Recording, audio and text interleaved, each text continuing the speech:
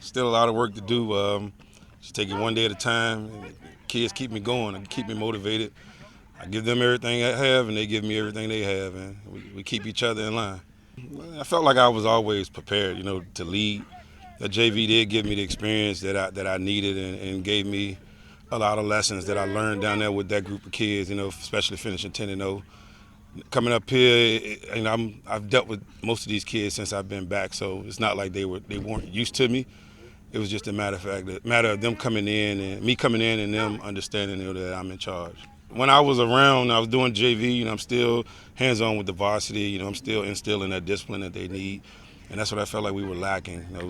They needed discipline. They needed to be led in a direction of where they understood it was consequences for every bad decision they make.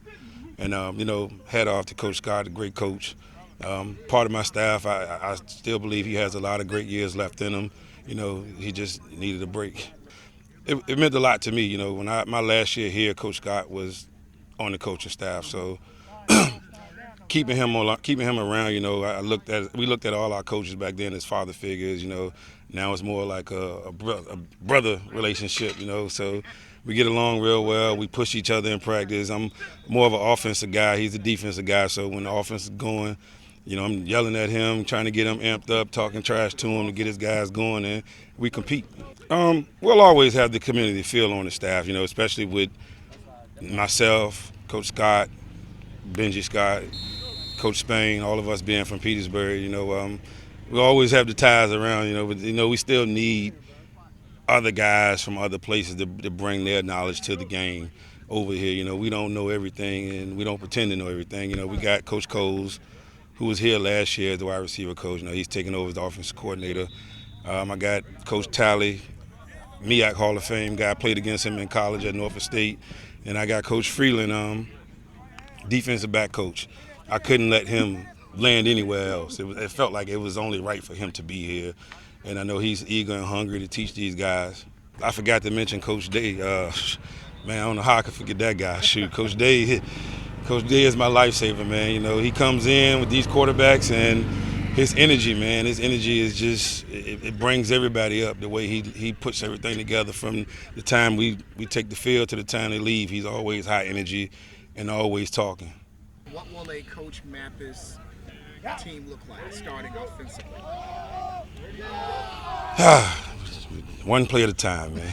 We just take it one play at a time. I can't predict the future. Whatever God has in store for us this season, we take it and embrace it with open arms, and we'll take it one play at a time. Quarterback competition is still open. Okay. What do you like about the quarterback competition? I love the fact that they actually help each other. There's no sense of jealousy.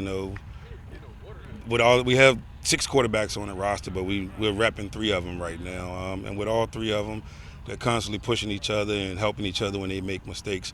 I like the fact that we're actually moving around this year. Our line is moving, and we're getting at the guys now. It's no days off, no plays off, basically, for them. Like, you're going to be moving every second out here on the field. From 4:30 to 7 o'clock, you're moving on this field, and you get your 5-minute breaks here and there, but Coach Spain and Coach Whitaker, who's also Petersburg graduate, he's also helping with the O-line as well, too. They do a good job of working together. It's kind of like night and day with them.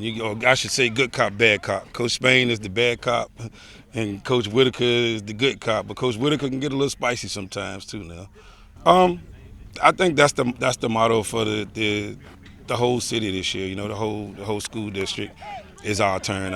For me, when I look at football itself, I like to call it the new bird. This is the new Petersburg. So we're not even gonna say the whole name. We're just gonna say the new bird. Definitely, when we look at the geographic setup of Region 3, man, it's wide open right now with Lafayette going up to 4, Grafton going down to 2. It's open for anybody right now, so we're just taking it one day at a time, and whatever happens, happens.